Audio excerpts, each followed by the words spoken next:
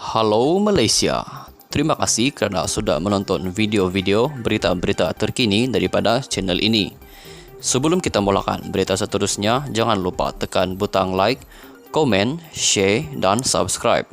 Setiap komen Anda amatlah dihargai. Berita yang hangat pada hari ini. Salam sejahtera kepada seluruh rakyat Malaysia. Berita hari ini dipetik daripada malaysiakini.com bertajuk Najib masuk hospital, perbicaraan 1MDB ditangguh. Berita penuh, Najib Razak dimasukkan ke Hospital Kuala Lumpur HKL semalam kerana menghadapi masalah kesihatan ekoran tekanan darah. Oleh itu, perbicaraan rasuah 1MDB RM2.28 bilion ringgit membabitkan bekas Perdana Menteri itu pagi ini telah dikosongkan oleh Mahkamah Tinggi Kuala Lumpur. Ketika prosiding mahkamah di hadapan Hakim Perbicaraan Colin Lawrence Sequeira, Peguam Bela Utama Najib Muhammad Safi Abdullah mengesahkan bekas Menteri Kewangan itu dimasukkan ke hospital. Najib telah jatuh sakit, diyakini dirawat di Hospital Kuala Lumpur HKL. Setakat pagi ini, saya diberitahu pada 7.30 pagi dan 9.30 pagi tadi, kemungkinan ujian tertentu dijalankan akan mengambil masa beberapa hari lagi. Tetapi mereka tidak memberitahu bilangan harinya, kata Syafi'i, sambil menambah bahawa terdapat kemungkinan Najib perlu dipindahkan kemudian dari HKL ke Institut Jantung Negara IJN. Timbalan Pendakwa Raya Muhammad Mustafa P. Kunyalam berkata pihak pendakwaan tidak mempunyai bantahan terhadap permohonan pihak pembelaan untuk mengosongkan prosiding hari ini. Sequeira kemudian membenarkan perbicaraan hari ini dikosongkan dan perkara itu dipanggil petang besok bagi memaklumkan keadaan tertuduh kepada mahkamah. Semalam pihak pendakwaan memaklumkan kepada mahkamah bahawa keadaan kesihatan Najib agak teruk dan perlu berjumpa doktor dan prosiding ditamatkan lebih awal selepas tengah hari semalam.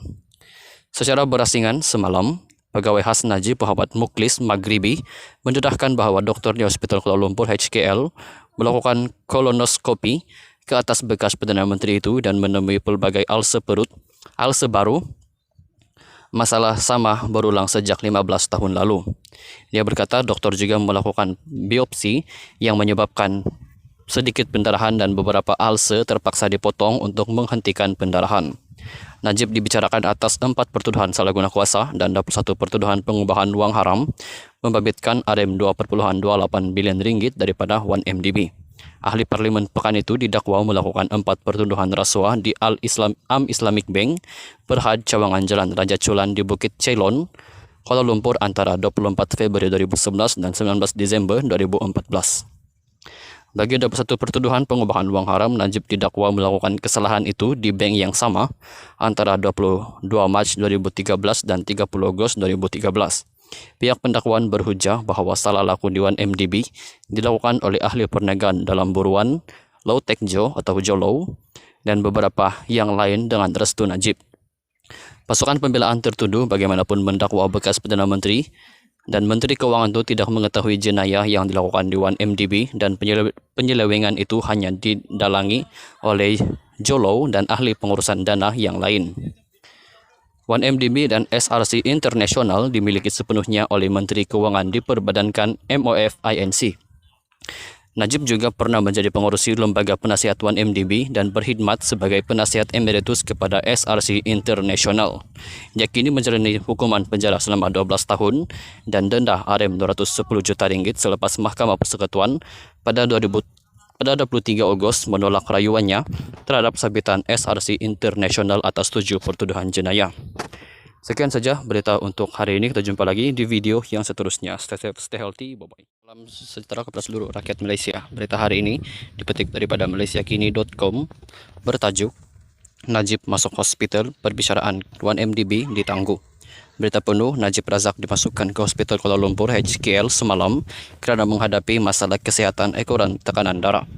Oleh itu, perbicaraan rasuah 1MDB RM2.28 bilion ringgit membabitkan bekas Perdana Menteri itu pagi ini telah dikosongkan oleh Mahkamah Tinggi Kuala Lumpur. Ketika prosiding mahkamah di hadapan Hakim Perbicaraan Colin Lawrence Sequeira, Peguam Bela Utama Najib Muhammad Safi Abdullah mengesahkan bekas Menteri Kewangan itu dimasukkan ke hospital. Najib telah jatuh sakit, diyakini dirawat di Hospital Kuala Lumpur HKL. Setakat pagi ini, saya diberitahu pada 7.30 pagi dan 9.30 pagi tadi, kemungkinan ujian tertentu dijalankan akan mengambil masa beberapa hari lagi. Tetapi mereka tidak memberitahu bilangan harinya, kata Syafi'i, sambil menambah bahwa terdapat kemungkinan Najib perlu dipindahkan kemudian dari HKL ke Institut Jantung Negara IJN.